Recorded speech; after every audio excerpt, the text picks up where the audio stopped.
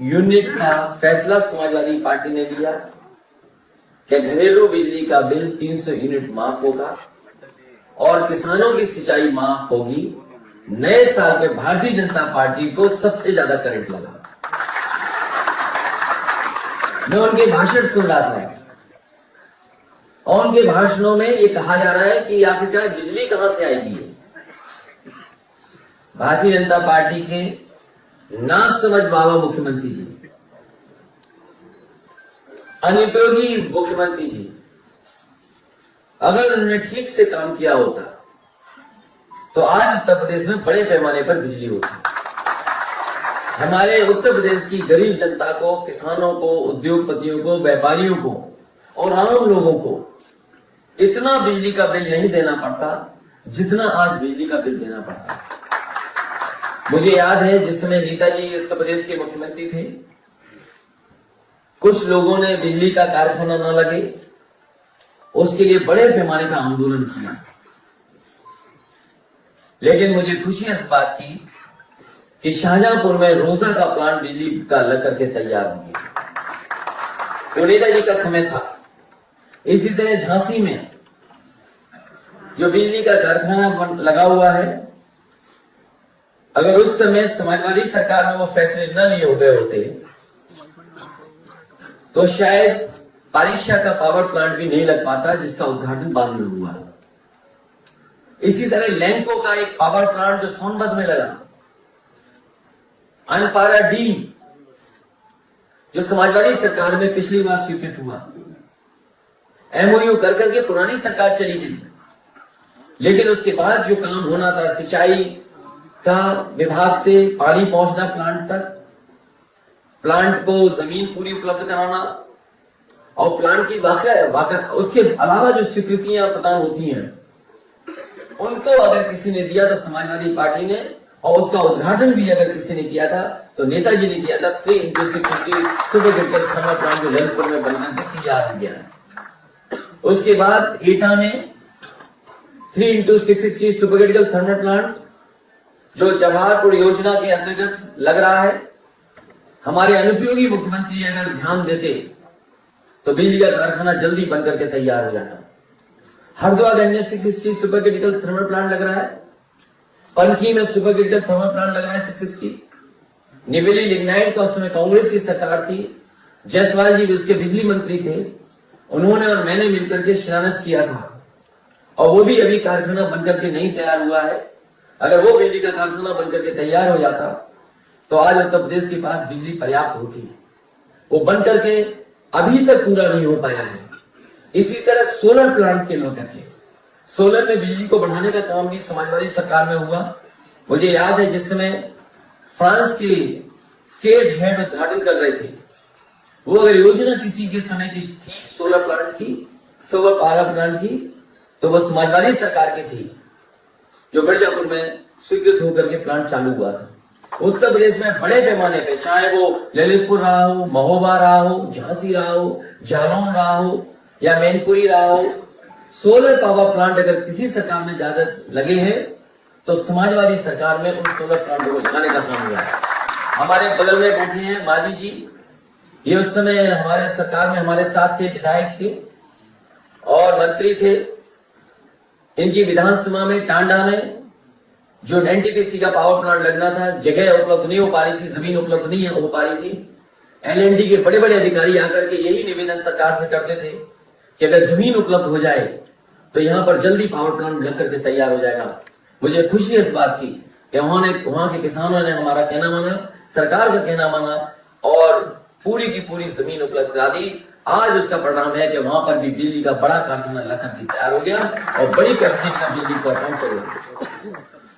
13-2 में 662 तो 1300 के लगभग मेगावाट बनकर के तैयार हो गया। ये बातें मैं इसलिए बता रहा हूं कि जब 300 यूनिट फ्री देने का वादा किया है तो उसके पीछे ये तमाम योजनाएं हैं जो समाजवादी सरकार बनने पर पूरी होंगी और उत्तर प्रदेश को 300 यूनिट फ्री देने का काम करेगी। हमारे किसान की आय तो दोगुनी ये सरकार नहीं कर पाई। इस सरकार ने वादा किया था भारतीय जनता पार्टी ने। अभी मैं इनके लंबे लंबे भाषण सुनता हूं इनके बड़े बड़े भाषण आते हैं, लेकिन एक भी भाषण में किसान को लेकर की बात नहीं कह रहे। पहले तो साजिश कर करके ये 3 ऐसे कानून लाए जिन कानूनों से किसानों की खेती बर्बाद हो जाती, जमीन छीन जाती, उनके हाथ में खेती नहीं बचती। मजबूरी में उत्तर प्रदेश का चुनाव देख करके उन्होंने तीनों कानून वापस ले लिए। और मैं जानता हूं और हमारे तमाम साथियों ने बताया कि जिस समय गाजीपुर से मऊ आजमगढ़ होते हुए जब सवेरे रथ पहुंचा था, भारतीय जनता पार्टी के होश उड़ गए और सबसे बड़ा काम उन्होंने किया कि किसानों के 3 कानून वापस ले लिए। जहां उत्तर प्रदेश के किसान और पंजाब के किसानों को मैं बधाई देता हूं कि जहां पर किसान लगातार आंदोलन करते रहे, पंजाब के किसान डट गए, देश के किसानों ने साथ दिया और उसका परिणाम हुआ कि तीनों कानून भी वापस हो गए। ये 3 कानून इसीलिए वापस लिए हैं क्योंकि भारतीय जनता पार्टी की नजर वोट पर है। साथ ही साथ ये तो बताया मैंने कि पावर प्लांट कहां लगे हैं। कोल जनरेशन से भी बड़े पैमाने पे बिजली बन रही है, लेकिन इस सरकार ने कोल जनरेशन पे कोई ध्यान नहीं दिया। जो हमारे शुगर मिल प्लांट थे उन पे सरकार की तरफ से नेताजी के समय पर एक पॉलिसी आई थी जिसके तहत बड़े पैमाने पे इन्वेस्टमेंट हुआ था और इन्वेस्टमेंट होकर के कोल जनरेशन के प्लांट लगे थे जिससे सरप्लस बिजली उत्तर प्रदेश सरकार को मिल रही थी। लेकिन इस सरकार की नाकामी की वजह से कोल जनरेशन आगे नहीं बढ़ पाया है। तो बिजली पर्याप्त का इंतजाम करना और साथ ही साथ हमारे बाबा मुख्यमंत्री ये भी नहीं जानते हुए कितनी ट्रांसमिशन लाइन उत्तर प्रदेश में लगी होंगी। कभी आप बताओ पत्रकार साथियों, उनके मुंह से कभी ट्रांसमिशन लाइन शब्द सुना आपने? 5 साल गुजर गए, अगर कभी ट्रांसमिशन लाइन बोला उन्होंने तो बता दो। अभी वो रट रहे हैं अकेले में बैठ करके और अगली प्रेस में जाना पूछना कि माननीय मुख्यमंत्री जी आप रट पाए कि नहीं रट पाए।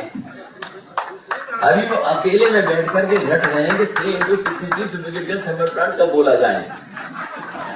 अभी हिम्मत नहीं जुटा पा रहे बोलने को, और आपने ये सवाल पूछ लिया, हम कभी बोलेंगे नहीं। और ट्रांसमिशन लाइन बनाई उत्तर प्रदेश में क्योंकि पुरानी सरकार जो थी उसने शुरुआत की थी ट्रांसमिशन लाइन की, और उस ट्रांसमिशन लाइन को पूरा करने का काम पूरे देश में अगर सबसे पहला इन्वेस्टमेंट ट्रांसमिशन लाइन में किसी में आया और उसको पूरा करने का काम अगर किसी ने किया तो समाजवादी लोगों ने करके दिखाया। उत्तर प्रदेश में फीडर अलग करना, फीडर सेपरेशन का काम, नए नए सबस्टेशन बनना, बिजली को अंडरग्राउंड ले जाना। मुझे याद है आजमगढ़ का सबसे पहले अंडरग्राउंड केबलिंग किया था, मऊ का भी शुरू करा दिया था, बनारस से पहले सारनाथ का सरकार से हो गया, लेकिन उस समय की भारतीय जनता पार्टी की सरकार ने कहा कि हम बनारस को भी करना चाहते हैं। उस समय के जो बिजली मंत्री थे उन्होंने हमारे प्रमुख सचिव से कहा कि बिजली को हम अपने हिसाब से अपने माध्यम से किसी से लगवाना चाहते हैं, अगर आपकी सरकार मान जाए तो हम उसी तरीके से लगाने का काम करेंगे। मुझे याद है हमने अपने प्रमुख सचिव से कहा कि अगर वो केंद्र सरकार के कोई मंत्री कह रहे हैं कि वो अपने हिसाब से अंडरग्राउंड केबलिंग कराना चाहते हैं तो उसको पूरी की पूरी परमिशन दी जाए और स्वीकृत करी जाए, और उसका परिणाम है कि बनारस में अंडरग्राउंड केबलिंग अगर किसी की वजह से हो रही है तो समाजवादी पार्टी की सरकार की वजह से। मुझे वो दिन भी याद है जो आज हमारे बीच नहीं है, लालजी टंडन जी, वो और बनारस के बहुत बुजुर्ग विधायक, कई बार के रहे विधायक जिनका बीजेपी ने टिकट काट दिया, श्यामदेव चौधरी जी, वो वहां हड़ताल पे बैठ गए थे।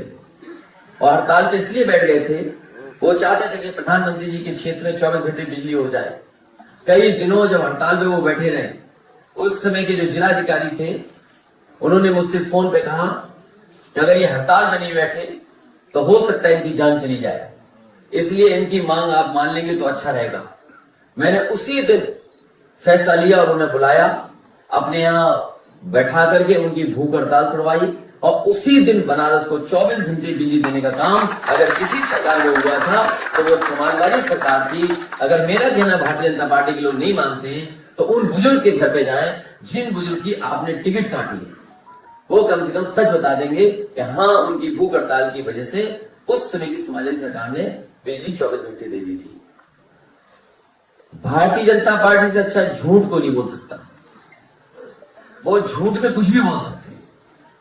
इसलिए उत्तर प्रदेश की जनता इन झूठ बोलने वालों को इस बार उत्तर प्रदेश से हटाने का काम करेगी।